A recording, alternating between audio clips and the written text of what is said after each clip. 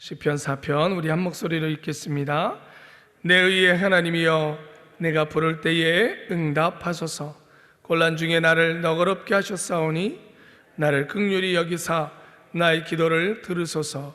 인생들아, 어느 때까지 나의 영광을 편하여 욕되게 하며 허사를 좋아하고 괴유를 구하겠는고. 여호와께서 자기를 위하여 경건한 자를 택하신 줄 너희가 알지어다. 내가 부를 때에 여호와께서 들으시리로다. 너희는 떨며 범죄 취임할지어다. 자리에 누워 심중에 말하고 잠잠할지어다. 의의 제사를 드리고 여호와를 의뢰할지어다. 여러 사람의 말이 우리에게 선을 보일 자 누구뇨 하오미, 여호와여 주의 얼굴을 들어 우리에게 비치소서. 주께서 내 마음에 두신 기쁨은 저희의 곡식과 새 포도주에 풍성할 때보다 더하나이다. 내가 평안히 눕고 자기도 하리니 나를 안전히 거하게 하시는 이는 오직 여호와시니이다. 아멘. 예전에 그런 이야기를 들은 적이 있습니다. 목사님들이 항상 좀 나이가 많이 들어가셔서 은퇴할 때가 되어지시고 그때 되면 꼭 시편을 다시 한번 묵상하시면서 그 시편 묵상집을 이렇게 적으신다고 하시더라고요. 저도 젊었을 때는 그 말을 좀 이해를 못했습니다. 저도 젊긴 하지만 그런데 시간이 가면 갈수록 시편에 있는 여러 말씀들이 정말 제가 한 20, 30대랑은 다르게 느껴지는 것 같아요. 어떻게 보자면 삶의 시간들을, 특히 새벽에 나오시는 분들은 더 하실 텐데, 삶의 시간들을 지나오면서 많은 사람들을 만나고 많은 그 세월의 시간 속에 사건, 사고 그러한 것들을 경험하면서 느껴지는 것들이 이렇게 쌓여가는 것 같습니다. 그 쌓여진 그런 느낌과 또 여러 마음들, 생각들이 시편을 읽다 보면 다시 느껴지는 거예요. 조금 젊었을 때는 오직 앞만 보고 가죠. 내 미래가 어떻게 될 것일까? 내 미래를 더 좋은 미래로 만들어야 돼. 열심히 달려가기에 정신이 없습니다. 생각하고 그럴 것도 없어요. 목표가 주어지면 목표를 이루고, 그리고 그 목표를 이루는 것 속에서 성과를 내가 얻어서 조금 더 좋은 자리로 나아가고자 하는 것에 정신이 없죠. 기도도 또 좀 그런 방향인 것 같아요. 하나님 앞에 간구하고 소원을 아뢰고 그것이 하나씩 이루어지는 것에 은혜를 받고, 그런데 나이가 들어가시다 보면 주변을 살필 수 있게 되는 것 같아요. 나뿐만이 아니라 나와 함께 살아가는 사람들이 보이기 시작하고, 그 사람들과의 관계성들이 더 중요하게 되어지다 보니까 시편을 보면 삶의 이야기들이죠.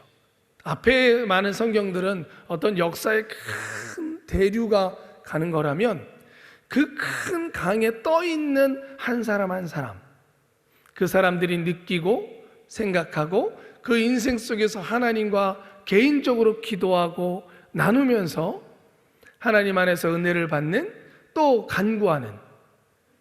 그래서 이 욥기서도 우리가 그랬지만 욥기, 시편, 잠언, 전도서는 다 개인적인 외침들이 대부분입니다.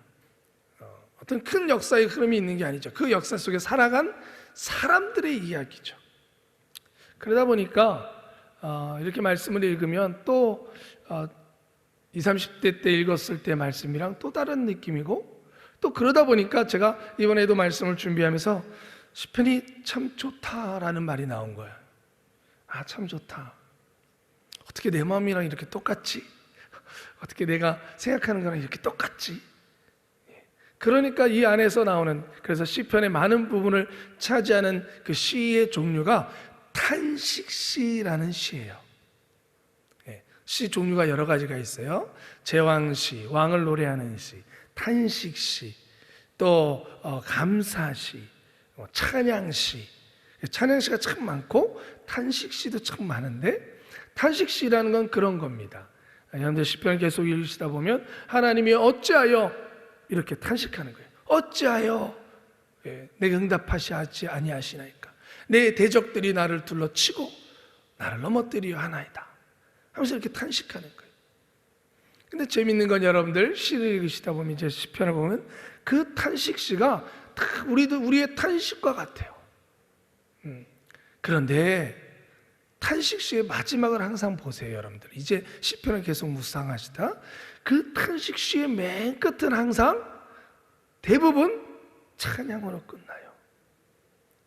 그러나 여호와께서 나를 위하여 싸우실 것이고, 그러나 여호와께서 내 탄식을 해결하여 주실 것입니다. 할렐루야. 여러분들 이 시편의 긴 또 시편을 여러분들이 묵상하시면서 여러분들의 마음을 또 대변하는 이 시편 기자를 통해 여러분들의 마음에 때로는 호소가 되어졌으면 좋겠고, 또 그 호소되는 마음들의 응답을 하나님께서 그 시편 기자의 마음을 어떻게 바꾸어 가시는지, 한 시편 안에서도 탄식과 감사가 있던 사람들이 그 마음이 어떻게 변화가 되어 가는지를 통해서 여러분들도 함께 소망을 갖게 되기를 주님의 이름으로 축원합니다. 자, 오늘 교재를 볼게요. 오늘도 시편 4편에 사랑하는 자에게 잠을 주시는 하나님. 네, 저희는 이거를 굉장히 좋아해요. 이 단원을. 왜 좋아해요? 네, 맞아요. 하나님 사랑하니까. 그러나 또 하나, 설교 시간에 잘 잘 수도 있어요. 예, 우리 한 번쯤 이런 말 안 써보셨어요? 옆에서 왜 예배 시간에 하나님께 사랑받으면 잠을 잘 잘 수 있게 해주신대. 성경에 써 있어. 왜 이래? 안 써먹어 보셨어요? 저도 한 번씩 써먹어 봤는데, 그 본문이에요 오늘. 그죠? 그래서 굉장히 기쁘지 않습니까? 자, 우리 교재 한번 읽어보겠습니다. 6절 말씀이에요. 같이 읽을게요. 주께서 내 마음에 두신 기쁨은 저희의 곡식과 새 포도주의 풍성할 때보다 더하나이다. 내가 평안히 눕고 자기도 아니니 나를 안전히 거하게 하시는 이는 오직 여호와시니이다. 아멘. 네. 평안을 기쁨의 근원이 다르죠. 주님을 모르는 사람들은 어디가 기쁨의 근원이에요? 새 포도주의 풍성함이에요. 곡식과 새 포도주의 풍성함. 그러나 세상이 얻으려는 그 기쁨은 잠깐이죠. 우리가 너무나 잘 알죠. 새 포도주와 곡식은 영원히 있어요? 아니에요. 줄어들어요. 먹고 마시고 줄어들어요. 소비가 되어진다고 하죠. 그러니 뭐 해야 돼요? 또 채워야 돼요. 또 가져야 돼요. 그러니 만족감이 없어요. 내 걸 채워놨더니 옆에 사람이 보니까 나보다 더 좋은 걸 먹고 더 많은 걸 가지고 있어요. 그러니 내게 부족해 보이고 적어 보이니 또 바꾸고 또 채워야 돼요. 그러니 기쁨이 계속 되겠어요? 절대로. 왜? 곡식과 포도주는 없어지는 것들이에요. 그런데 주님의 우리의 기쁨은 어디 있어요? 평안이에요. 평안. 할렐루야. 주님이 주시는 평안이에요. 그 평안은 사라지지 않죠. 왜? 주님이 영원하시니까. 영원히 살아계시니까.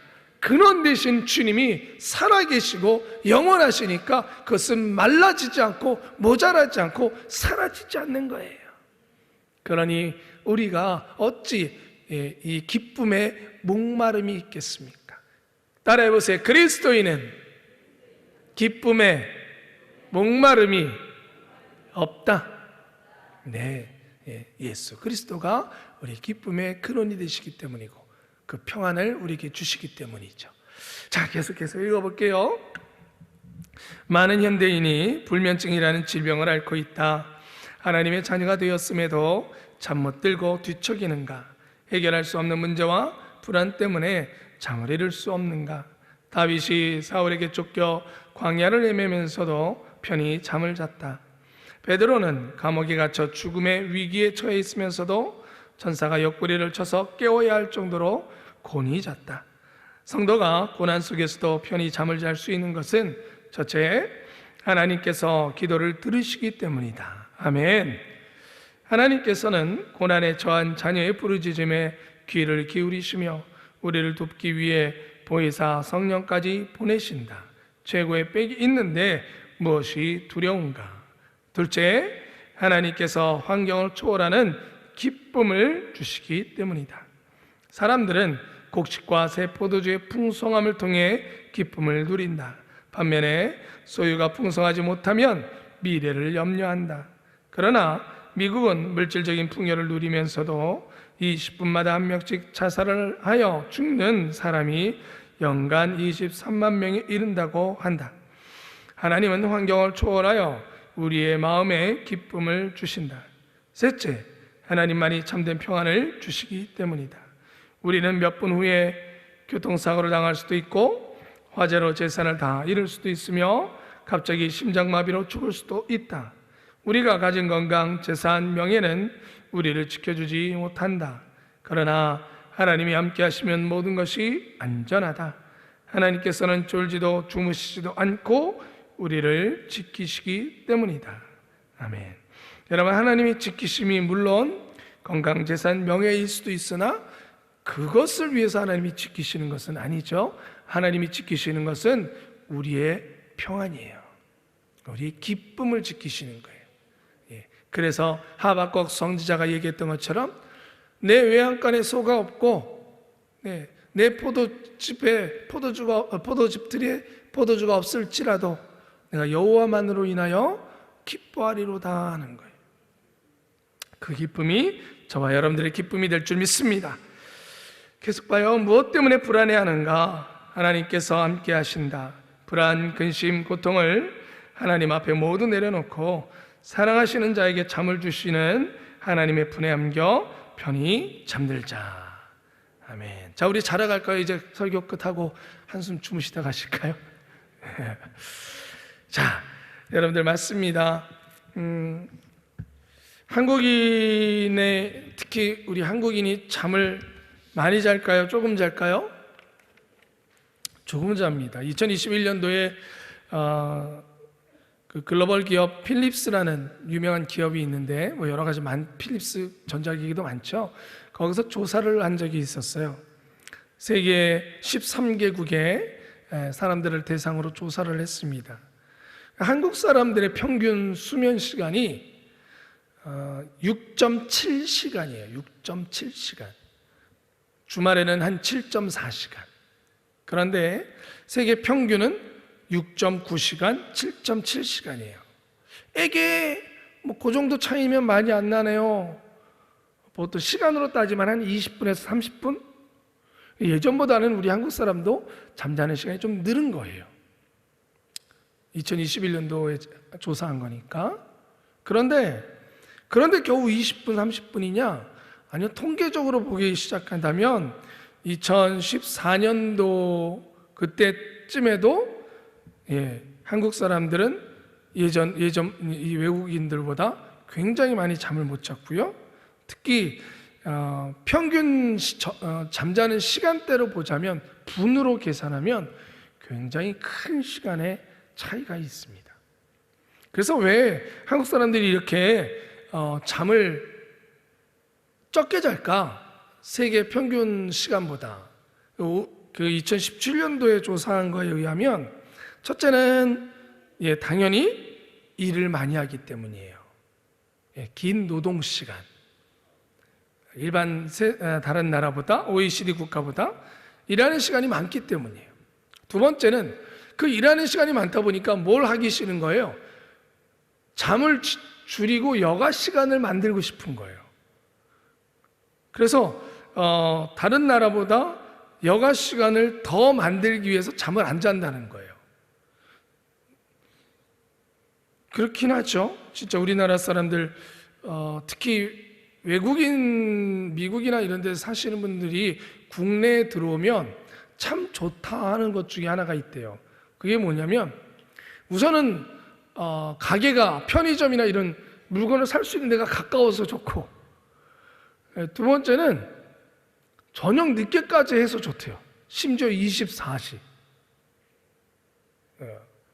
그러니까 저도 이제 저희 외갓댁이나 저희 고향 강원도 이제 속초 거진이었는데, 예전에 한번 휴가를 가게 되고 그래서 이렇게 내려가면 속초 같은 경우도 9시 넘어서 10시 정도 되니까 불이 다 꺼져요.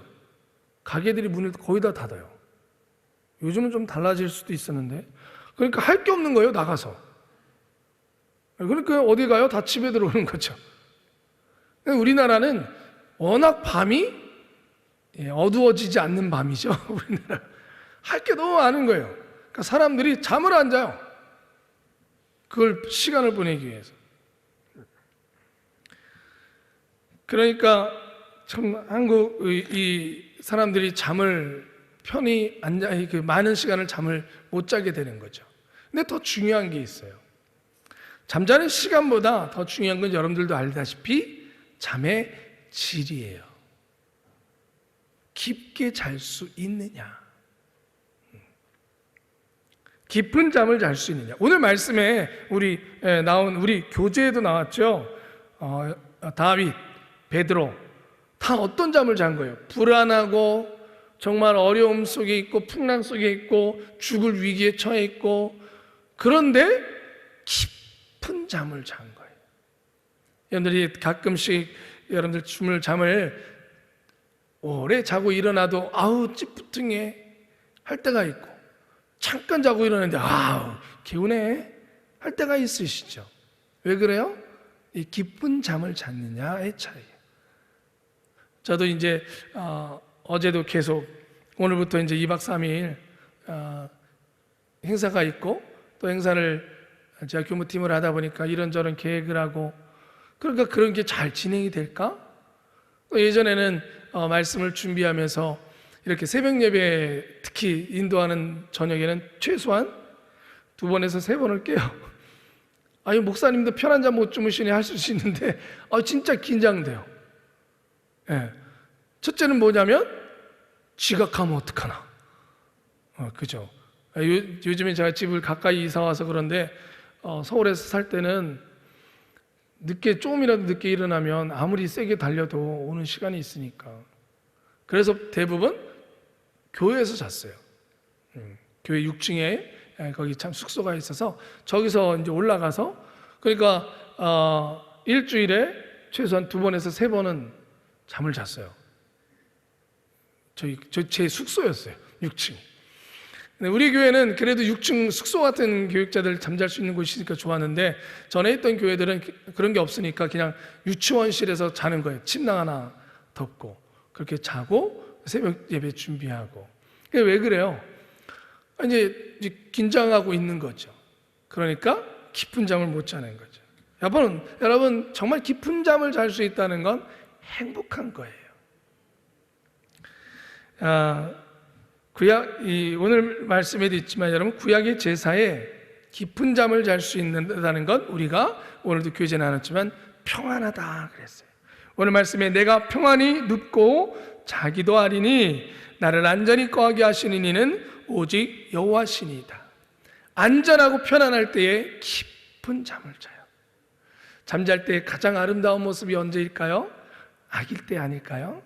갓난 아기가 엄마 품 안에 안겨 있을 때 여러분들 자는 모습을 보면 어느 누구도 그 아기가 어떻게 생겼든지 상관없이 천사 같아 라고 다 얘기합니다. 그 이유는 그 얼굴이 하나도 근심 걱정이 없기 때문이에요. 어떤 분들은 자면서도 얼굴이 울그락불그락 하시는 분들도 있어요.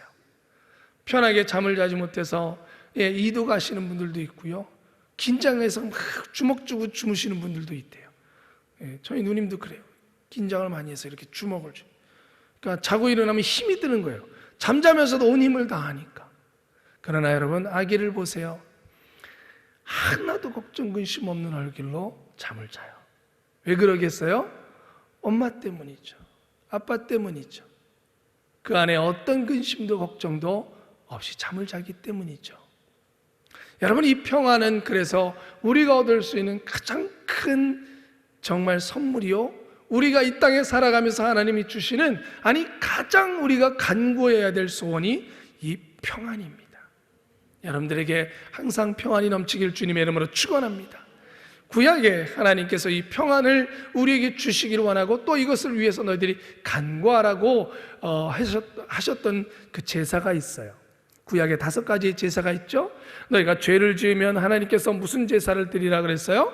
속죄 제사를 드리라, 속건 제사를 드리라. 서로에게 잘못을 했으면 속건 제사를 드리라. 그리고 나와 너희의 관계의 온전함이 항상 계속될 수 있도록 너희가 헌신을 다짐하는 번제의 제사를 드리라 그러셨어요. 그리고 너희가 내가 베푼 모든 것들을 기억하며 감사제, 화목제를 드리라. 또 하나가 있어요. 남은 제사가 뭘까요? 소제예요. 소제는 여러분 곡물로 드리는 제사예요. 소제를 곡물을 가져와서 하나님 앞에 3가지를 섞어야 돼요. 기름과 유향과 소금을 섞어서 곡물을 가지고 드리는데, 철판에 굽거나 붙이거나 화덕에 굽거나 또는 냄비에 쪄서 하나님 앞에 가지고 오고, 그리고 그걸 불에 태워서 드리고 남은 것은 제사장이 먹습니다. 여러분, 곡물을 드린다는 게 왜 하나님께서 곡물을 드리게 하셨을까요? 왜 소제를 드리게 하셨을까요? 동물을 제물로 드리지 않고 소제를 드리는 것 이유 중에 하나는, 여러분, 곡물을 제사로 드리려면 그 곡물이 익혀가는 시간이 짧아요, 길어요? 길죠. 봄에 씨를 뿌리고 그리고 가을에 수확을 해야 돼요. 그 긴 시간이 지나야 곡물을 얻을 수 있어요. 우리가 주식이 되어지는 것이 곡물인데 그 곡물은 짧은 시간에 얻어지지 않아요. 또 그 곡물이 얻어지려면 좋은 날씨가 있어야 돼요. 그건 우리의 힘으로 될 수 없는 부분이에요. 또 병충해가 일어나면 안 돼요. 그것도 솔직히 얘기하면요, 우리가 예전에는, 지금은 많은 약들을 치지만 예전에는 여러분 약을 칠 수 있었어요? 아니에요. 그것도 전적으로 하나님을 모르는 사람들에게는 자연의 섭리였던 거예요. 하나님을 믿는 사람들에게는 오직 하나님의 권한에 있었던 거예요. 그런데다가 그나마 사람들이 조금 할 수 있는 것이 있었는데 그게 뭐였느냐? 그러나 그것이 다 더 큰 피해를 줬는데 그게 바로 전쟁이에요. 전쟁이 일어나면 다 없어져요. 또 빼앗겨요. 그래서 여러분, 곡물로 하나님께 소제를 올리라는 것은 하나님께서 너희에게 평안을 주시겠다는, 평안을 주심에 대한 감사의 제사가 소제 제사입니다. 하나님, 이 곡물을 걷어 하나님께 드릴 수 있으니 이것을 쌓아서 모아 놓아서 우리가 또한 남은 시간들을 이 곡물을 먹으며 보낼 수 있게 하시니 주여 감사합니다. 전쟁을 걷어가시니 감사합니다. 병충해를 막아주시니 감사합니다. 좋은 날씨를 주시니 감사합니다. 내가 어찌할 수 없는 이 환경 속에서 하나님이 허락하신 것입니다. 그 평안에 감사해서 드리는 것이 소제입니다. 여러분, 그래서 예배가, 소제 제사는 우리 가운데 예배로 드려지는 거예요. 여러분, 오늘도 여러분들이 새벽에 나오셨지만 예배를 드릴 수 있음이 평안치 않으면 어떻게 우리가 예배를 드릴 수 있겠습니까? 질병에 걸려 병원에 입원하게 되어지면 예배당에 나와 또 예배하기가 어렵습니다. 여러분들, 어저께도 우리 아까도 얘기했지만 불안하고 두려우면 하나님 앞에 예배 나오기보다 그 걱정 앞에 그 문제 처리하려고 뛰어다닐 수도 있습니다. 그러나 그 모든 것 앞에 하나님 앞에 예배할 수 있다는 것은 주님께 그것을 맡길 수 있다는 믿음을 주신 것이고, 또 하나님이 어쩌면 우리가 예배할 수 있도록 먼저 그 문제를 해결했기 때문이겠죠. 사랑하는 성도 여러분, 그래서 우리의 예배가 드릴 수 있으면 우리는 예배 가운데 소제의 예배를 또한 하나님께 드릴 수 있는 것입니다. 그 감사를 주심에 하나님께 영광 돌릴 수 있기를 바랍니다. 여러분, 우리가 이미 나누었던 시편 1편 복 있는 사람이라는 게 뭐예요? 그 중간에 뭐라고 얘기했습니까? 오직 저는 오만한 자리에 저가 시냇가에 심은 나무가 시절을 쫓아 과실을 맺으며 그 잎사귀가 마르지 아니한 같으니라 그랬어요. 여러분, 이것이 아무것도 아닌 것 같지만 당연한 거예요. 당연한 것 같은데 감사한 거예요. 시냇가에 심은 나무가 그 물이 마르지 않는다라는 건 자신할 수 있어요? 자신할 수 없어요. 그러나 그 물이 언제나 흐르기에 시냇가에 있는 나무는 물이 공급되기에 잎사귀가 떼어지고 열매가 맺어지는 거예요. 사랑하는 성도 여러분, 우리가 병고침을 받고 문제가 해결되어지는 특별하고 기적적인 일들이 많은 것도 좋아요. 그러나 제일 좋은 행복, 제일 좋은 선물이 뭐예요? 매일매일 평범하지만 평안한 거예요. 여러분, 오늘 하루가 그렇게 되기를 소망합니다. 평범하지만 평안한 하루, 그런 하루하루가 오늘도 되시기를 주님의 이름으로 축원합니다. 기도하겠습니다. 은혜로우신 아버지 하나님, 오늘도 저희들 새벽에 기도하며 오늘의 문제들을 놓고 기도할 것이고 주께서는 그 문제들을 해결해 주실 줄 믿습니다. 그러나 주여, 저희들 더 소망하고 바라는 것은 기적 전에 평안을 주셔서 평범하지만 매일매일 감사할 수 있는 하루가 계속되게 하여 주시옵소서. 아버지, 오늘 저희들 위해 임하여 주시고 저희들의 삶 가운데 간섭하여 주시고 평안의 은혜를 주시사 오늘도, 오늘 저녁에도 저희들 깊은 잠 자게 하여 주시옵소서. 특별히 주여, 간석교구 한순여 권사님 오늘 또 허리 디스크 수술을 합니다. 견딜 수 있게 하여 주시고 의사의 손길을 붙잡아 주시옵시고 하나님, 어떤 후유증도 남지 아니하고 완전하게 치유되어져서 저희들과 함께 또 기뻐하며 감사하며 예배할 수 있게 하여 주시옵소서. 예수 그리스도의 이름으로 기도드리옵나이다. 아멘.